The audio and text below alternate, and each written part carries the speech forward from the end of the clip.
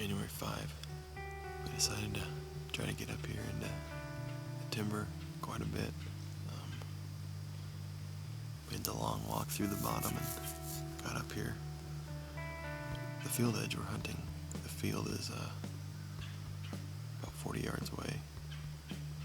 What we're trying to do is set up here and try to catch the deer as they move out this direction. It's a gamble. The wind did come around like it was supposed to, and it's pretty much blowing right in my face right now, which brings it kind of off our shoulder to the field, which is good. It's an old bow stand that we set up last year. There's pretty open up in here. Should be some good shots. There's some great shots, but some good shots too. I think it's going to be close and quick, I think, tonight. It's going to have to happen quick as they come into the lanes that we've got open through the timber. And if it doesn't, we might have to let them walk away. We're basically overlooking two big draws that come together. We can see a long ways, and the deer are going to be easy to spot today because of the snow. And I think we're going to see a lot of deer. One thing you guys don't know yet, Thomas got a trail camera for Christmas and we hung it up. It's right down here about probably 75 yards as the crow flies, but we got a picture of a buck that I passed on video last year. And it was at night, 7:30 at night. But he's a bruiser, 4.5-year-old deer. And we're kind of up in this area hoping to see him. Just hope something big walks by tonight. And that I can shoot it.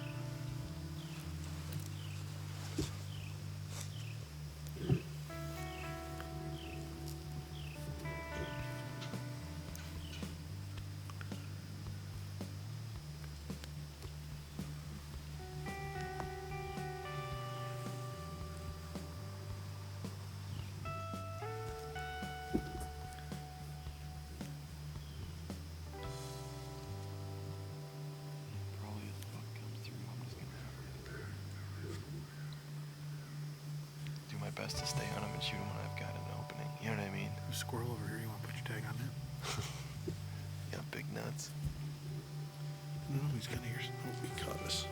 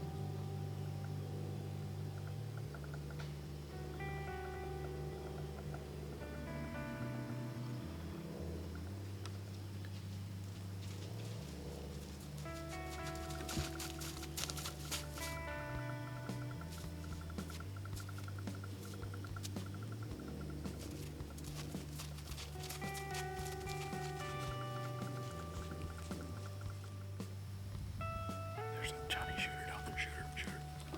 He's in the bottom, he's coming. He's right straight ahead of me. He's a good buck.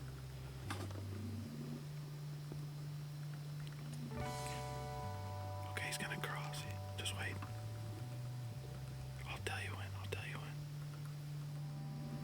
Jonny, can you get on the other side? I don't know, he's right down there. He's right down there, but can you get on the other side of the tree? You're gonna have to quickly.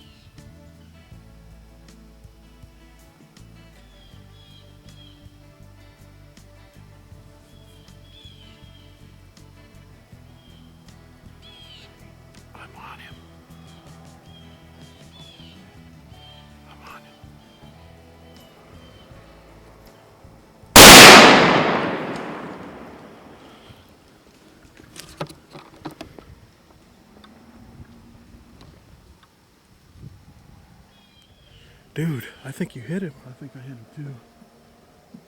I do think I hit him, man. Here. Oh, what a buck. I am shook up. I am so Dude, shook I had up. to crouch. I'm serious, I had to crouch. I'm talking for like that whole time, ever since you told me to get around the tree. Buddy. I think I hit him. What he looked like he was running off kinda. I don't think he went up the hill. That's a good deer. Yeah. He's nice and tall. My feet are asleep, and so is my left hand.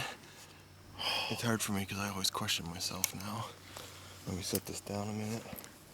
Holy cow. Dude, man, that shook me up. My feet hurt. I was leaning out over this cable, and it was cutting off the circulation of my foot.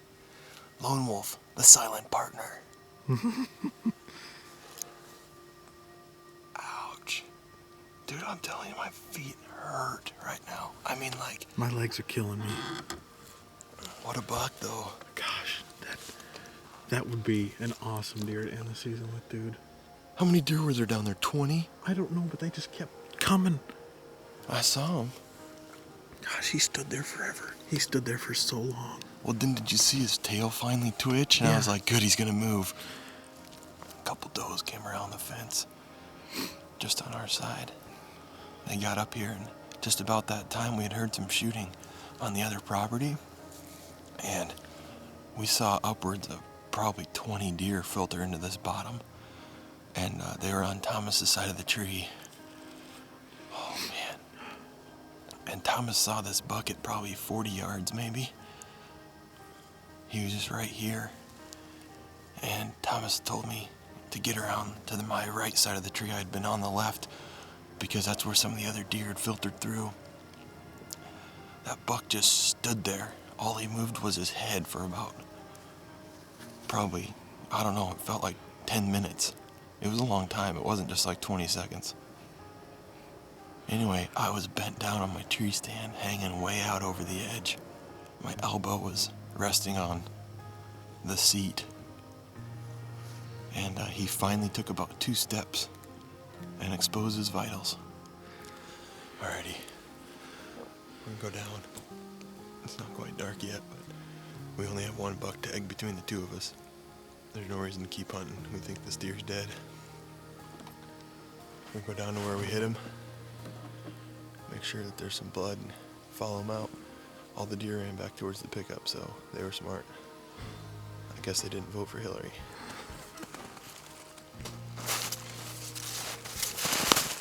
Blood, blood, blood.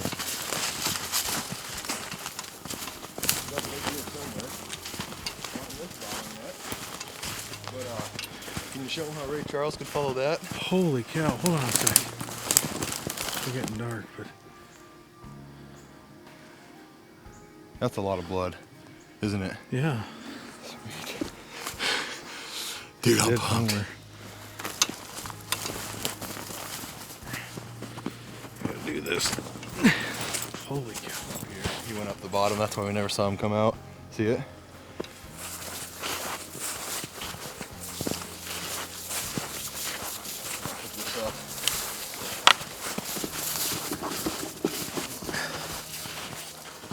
Alright, are we in any doubt that this deer's dead? He has lost a lot of blood. And lungs, man. I mean, look, even just right here. He's spitting out lungs, you know?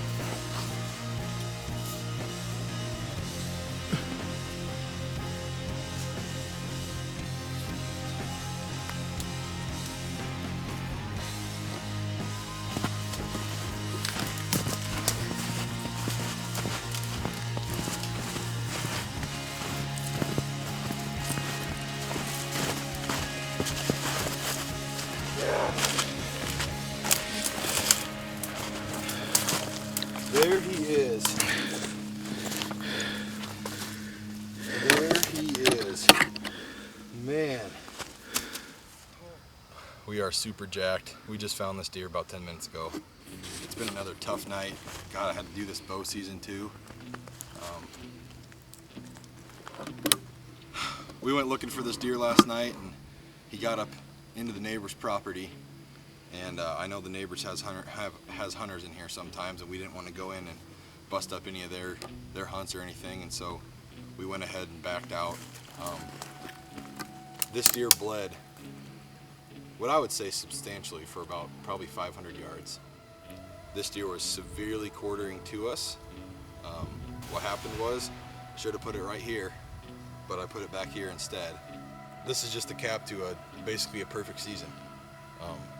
Thomas and I both shot deer with bow on video, and then to come in and he cleaned up my mistake with the muzzleloader.